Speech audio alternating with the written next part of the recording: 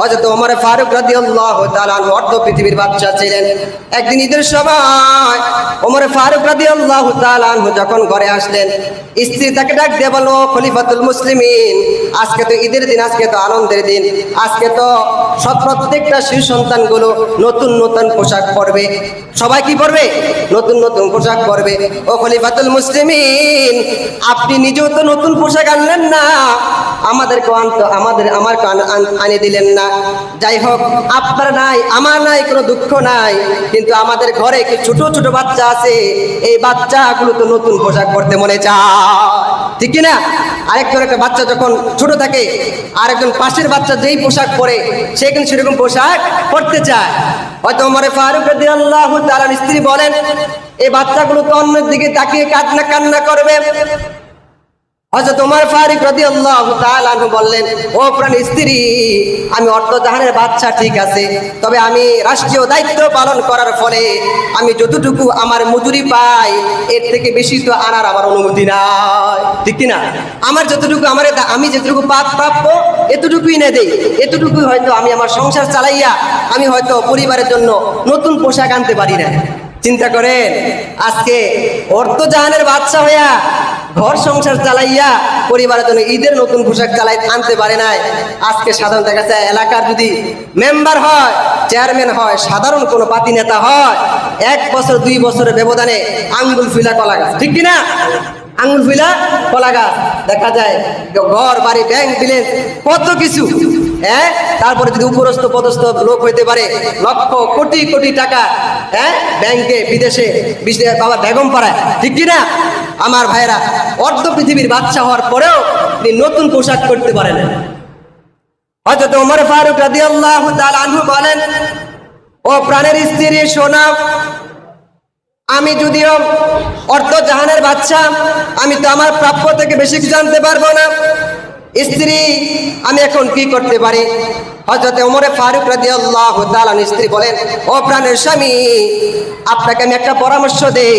আপনি এখন যে বেতনটা পেয়েছেন এটা তো সংসার চললো, আপনি সামনের 1 মাসের সামনে যে বেতনটা পাবেন ওই বেতনটা অগ্রিম নিয়ে নেন, ওই বেতনটা দিয়ে আপনি সন্তানকে আপনি নতুন পোশাক কিনে দিন। কি করে? ওই টাকা দিয়ে অগ্রিম নিয়ে নেন 1 বছর। হযরত ওমর ফারুক রাদিয়াল্লাহু তাআলা আনহু সন্তানের কথা চিন্তা করে ওই রাষ্ট্রীয় কোষাগারের দায়িত্ব যিনি ছিলেন তার কাছে একটি পরোয়ানা লিখলো, বলল, আমি যে তোমাদের কর্মচারী, কি বলছে, আমি একজন কর্মচারী, আমি তোমাদের কাজ করি, আমাকে অগ্রিম 1 মাসের বেতনটা আমাকে আগে দিয়ে দাও। ওই রাষ্ট্রীয় কোষাগারের কর্মচারী যখন চিঠি পাইল, চিঠি পাওয়ার সাথে সাথে তিনি বললেন, উত্তর লিখলেন, না না, এই চিঠির পাওয়ার মাধ্যমে আমি আপনাকে অগ্রিম 1 মাসের বেতন দিতে পারবো না, বরং আপনি নিজে আসেন, আপনি আসার পরে আপনার সাথে 2টা কথা বলে তারপরে আমি অগ্রিম আপনাকে ওই 1 মাসের টাকা দিব। কি করব? অগ্রিম 1 মাসের টাকা দিব। হযরত ওমর ফারুক রাদিয়াল্লাহু তাআলা যখন আসলেন, আসার পরে ওই কর্মচারী তাকে জিজ্ঞেস করলো, ওমর ফারুক রাদিয়াল্লাহু আনহুকে বলেন, হযরত ওমর, আপনি তো 1 মাসের অগ্রিম বেতন নিতে চান, তবে আমি আপনাকে একটা প্রশ্ন করতে চাই, ওমর, আপনি 1 মাসের অগ্রিম বেতন নেবেন সত্য, কিন্তু আপনি আমার কাছে গ্যারান্টি দেন আপনি এখন থেকে আগামীকাল পর্যন্ত আপনার হায়াত থাকবে কিনা, আপনি বাঁচবেন? কি বলছে? আপনি 1 মাসের অগ্রিম বেতন নিতেছেন যে আপনি এখন থেকে আগামীকাল যে বাঁচবেন এই নিশ্চয়তা আছে? নিশ্চয়তা তো নাই।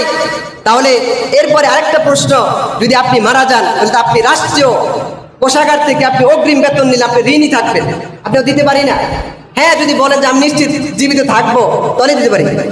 2 নাম্বার, আপনি হয়তো এখন আপনি দায়িত্বে আছেন, আগামী 1 মাস পর্যন্ত জনগণ আপনাকে রাষ্ট্রপ্রধান রাখবে কিনা, কিনা রাষ্ট্রপ্রধান রাখবে কিনা নিশ্চয়তা আপনার আছে না? সেটা তো নাই।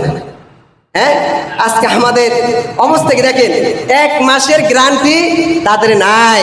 আজকে আমরা বসতে পারলে সুপার গুরুর মতো মনে যায় আর ছুটে না, মনে হয় যে যুগ যুগ ধরে আমরাই থাকবো, ঠিক কিনা?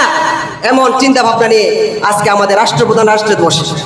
আমার ভাইয়েরা, তখন হযরত ওমর ফারুক রাদিয়াল্লাহু তাআলা আনহু বললেন, ও কর্মচারী, তুমি দুইটা প্রশ্ন করেছো, আমি দুইটা প্রশ্নের জবাবে তোমার কাছে সিলিন্ডার হলাম। আমি 1 মাসের অগ্রিম বেতন নিতে চাই, কিন্তু আমি তোমাকে নিশ্চয় দিতে পারি না আমি 1 মাস পর্যন্ত হায়াত পাবো কিনা আমি নিশ্চয় দিতে পারি না।